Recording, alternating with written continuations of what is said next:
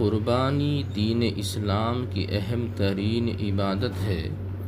اس ماہ مبارک میں لاکھوں مسلمان اس فریضے کو انجام دیتے ہیں اور حضرت ابراہیم علیہ السلام کی سنت پر عمل کرتے ہوئے لاکھوں مسلمان اللہ کی رضا کی خاطر قربانی کرتے ہیں۔ قربانی کی عبادت بندے کی اللہ تبارک و تعالی کے ساتھ عشق و محبت کا مظہر ہے۔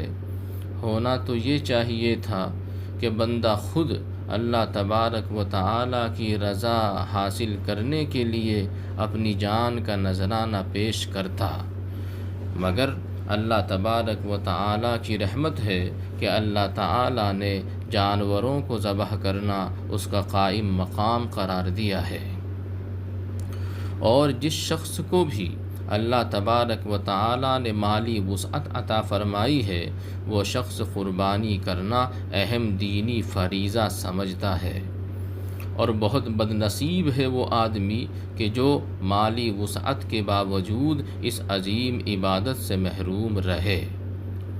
بارگاہ الہی میں قربانی پیش کرنے کا یہ سلسلہ سیدنا آدم علیہ السلام سے ہی چلا آ رہا ہے۔ چنانچہ اللہ تعالیٰ نے سورہ مائدہ میں سیدنا حضرت آدم علیہ السلام کے بیٹوں حابیل و قابیل کا قصہ ذکر فرمایا ہے کہ دونوں نے اللہ تعالیٰ کے حضور قربانی پیش کی۔ حابیل نے عمدہ دمبا قربان کیا اور قابیل نے کچھ زرعی پیداوار یعنی غلہ پیش کیا۔ اس وقت قربانی قبول ہونے کی علامت یہ ہوتی تھی کہ آسمان سے آگ آ کر قربانی کو کھا لیتی تھی۔ چنانچہ حابیل کی قربانی کو آگ نے کھا لیا اور قابیل کی قربانی وہیں پڑی رہ گئی، یوں وہ قبولیت سے محروم رہی۔ قربانی کا عمل ہر امت میں مقرر کیا گیا ہے، البتہ اس کے طریقے اور صورت میں کچھ فرق ضرور رہا ہے۔ انہی میں سے قربانی کی ایک عظیم الشان صورت وہ ہے جو اللہ تعالیٰ نے امت محمدیہ کو عید الاضحیٰ کی قربانی کی صورت میں عطا فرمائی ہے، جو کہ حضرت سیدنا ابراہیم علیہ السلام کی قربانی کی یادگار ہے۔ احادیث مبارکہ میں نبی اکرم صلی اللہ علیہ وسلم نے قربانی کی بہت زیادہ اہمیت اور فضیلت بیان فرمائی ہے۔ چنانچہ حضرت زید ابن ارقم رضی اللہ عنہ فرماتے ہیں، صحابہ کرام رضی اللہ عنہم نے عرض کیا، یا رسول اللہ، یہ قربانیاں کیا ہیں؟ آپ صلی اللہ علیہ وسلم نے ارشاد فرمایا، تمہارے باپ ابراہیم علیہ السلام کی سنت ہیں۔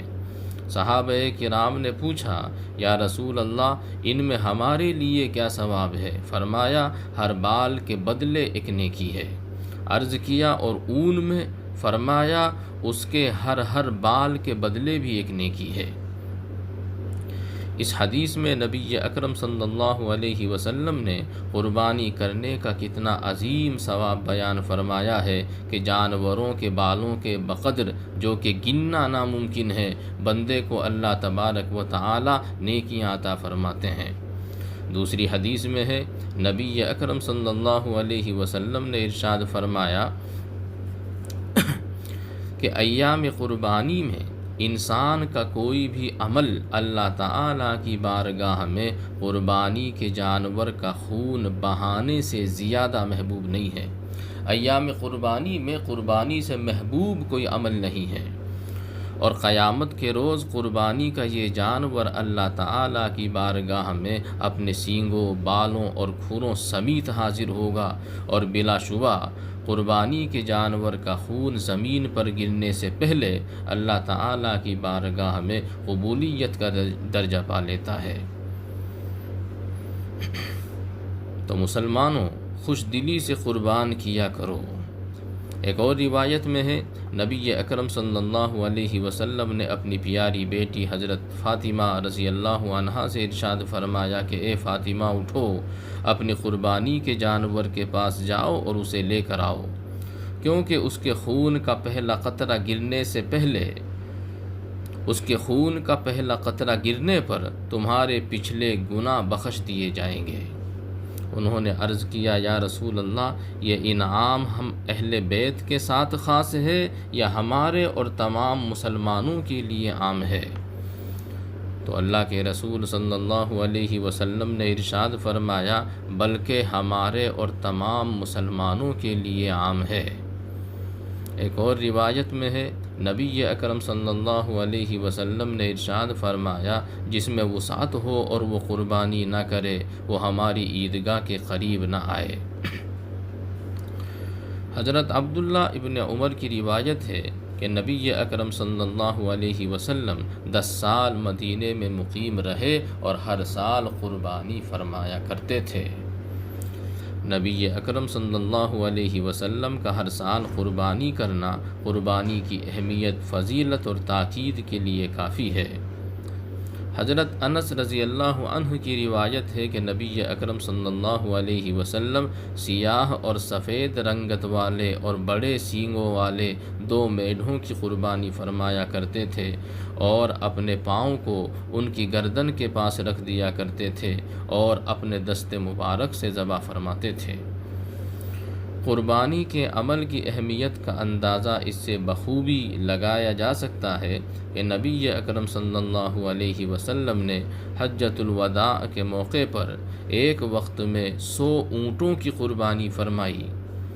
ایک اور روایت میں ہے کہ نبی اکرم صلی اللہ علیہ وسلم نے خود اپنے دست اقدس سے 100 میں سے 63 اونٹوں کو ذبح فرمایا، جبکہ باقی کے لیے حضرت علی کرم اللہ وجہہ کو ذبح کرنے کا حکم فرمایا۔ قربانی واجب ہونے کا نصاب وہی ہے جو صدقہ فطر کے واجب ہونے کا نصاب ہے، یعنی جس عاقل بالغ مقیم مسلمان مرد یا عورت کی ملکیت میں قربانی کے ایام میں قرض کی رقم الگ کرنے کے بعد 7.5 تولہ سونا یا 52.5 تولہ چاندی یا اس کی قیمت کے برابر رقم ہو، یا تجارت کا سامان ہو، یا ضرورت سے زائد اتنا سامان موجود ہو جس کی قیمت 52.5 تولہ چاندی کے برابر ہو، یا ان میں سے کوئی ایک چیز موجود ہو، تو ایسے مرد اور عورت پر قربانی واجب ہے۔ قربانی واجب ہونے کے لیے نصاب کے مال، رقم یا ضرورت سے زائد سامان پر سال گزرنا ضروری نہیں ہے اور تجارتی ہونا بھی شرط نہیں ہے۔ ذی الحجہ کی 12ویں تاریخ کے سورج غروب ہونے سے پہلے اگر صاحب نصاب ہو جائے تو ایسے شخص پر قربانی واجب ہے۔ ضرورت اصلیہ سے مراد وہ ضرورت ہے جو جان اور آبرو سے متعلق ہو، یعنی اس کے پورا نہ ہونے سے جان یا عزت و آبرو جانے کا اندیشہ ہو، مثلا کھانا پینا، پہننے کے کپڑے، رہنے کا مکان، اہل صنعت و حرفت کے لیے ان کے پیشے کے اوزار ضروریات اصلیہ میں شامل ہیں۔ اور ضرورت سے زائد سامان سے مراد یہ ہے کہ وہ چیزیں انسان کے استعمال میں نہ ہوں، اور ہر انسان کی ضروریات اور حاجات عموماً دوسرے سے مختلف ہوتی ہیں، اور راجح قول کے مطابق ضروریات کو پورا کرنے کے لیے اشیاء کو جائز طریقے سے اپنی ملکیت میں رکھنے کی کوئی خاص تعداد شریعت کی طرف سے مقرر نہیں، بلکہ جو چیزیں انسان کے استعمال میں ہوں اور انسان کو اس کے استعمال کی حاجت پیش آتی ہو اور وہ اشیاء تجارت کے لیے نہ ہوں تو ضرورت اور حاجات کے سامان میں داخل ہیں۔ لہذا جو چیزیں انسان کے استعمال میں نہ ہوں اور اس کو ان کی حاجت بھی نہ ہوتی ہو تو وہ ضرورت سے زائد سامان میں شامل ہیں۔ قربانی کے نصاب میں اس کی مالیت کو شامل کیا جائے گا۔ بعض لوگ پورے گھر کے افراد صرف ایک بکرا قربان کرتے ہیں۔ کبھی کبھی ایسا ہوتا ہے کہ گھر کے کئی افراد پر قربانی واجب ہوتی ہے، لیکن سب کے سب مل کر صرف ایک بکرا قربان کرتے ہیں۔ تو یہ درست نہیں ہے، بلکہ جتنے لوگوں پر قربانی واجب ہے، جتنے لوگ صاحب نصاب ہیں، ان سب کی طرف سے الگ الگ قربانی واجب ہے۔ ایک بکرا جو سب کی طرف سے کیا گیا، کسی کا بھی واجب ادا نہیں ہوگا، کیونکہ بکرے میں ایک سے زیادہ حصے نہیں ہو سکتے، اور بڑے جانور میں مثلاً بھینس میں، اونٹ میں 7 قربانیاں ہو سکتی ہیں۔ دوسرے کی طرف سے واجب قربانی ادا کرنے کے لیے اجازت لینا ضروری ہے، ورنہ دوسرے کی طرف سے قربانی ادا نہیں ہوگی۔ اگر کسی جگہ پر اپنے متعلقین کی طرف سے قربانی کرنے کی عادت اور رواج ہو تو اس صورت میں اجازت لینا ضروری نہیں ہے، بغیر اجازت کے بھی قربانی ادا ہو جائے گی۔ قربانی کے وقت میں قربانی کرنا ہی لازم ہے، کوئی دوسری چیز اس کے قائم مقام نہیں ہو سکتی۔ مثلاً کوئی بجائے قربانی کے بکرا یا اس کی قیمت صدقہ خیرات کر دے، یہ کافی نہیں ہے، اس سے قربانی ادا نہیں ہوگی۔ قربانی کا جانور بے عیب ہونا ضروری ہے، عیب دار جانور کی قربانی جائز نہیں۔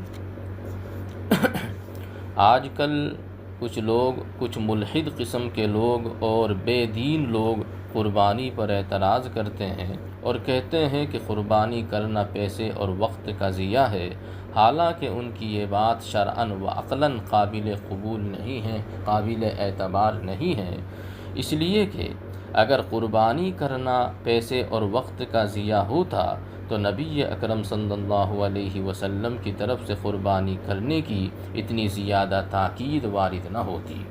خود نبی اکرم صلی اللہ علیہ وسلم کے قول اور عمل سے یہ ثابت ہے کہ قربانی کرنا اللہ تبارک و تعالیٰ کی رضا کا باعث ہے، اور اس کے ساتھ ساتھ اللہ تبارک و تعالیٰ کے ساتھ عشق و محبت کا اظہار بھی ہے، اور مومن بندے کی مغفرت کا باعث بھی ہے۔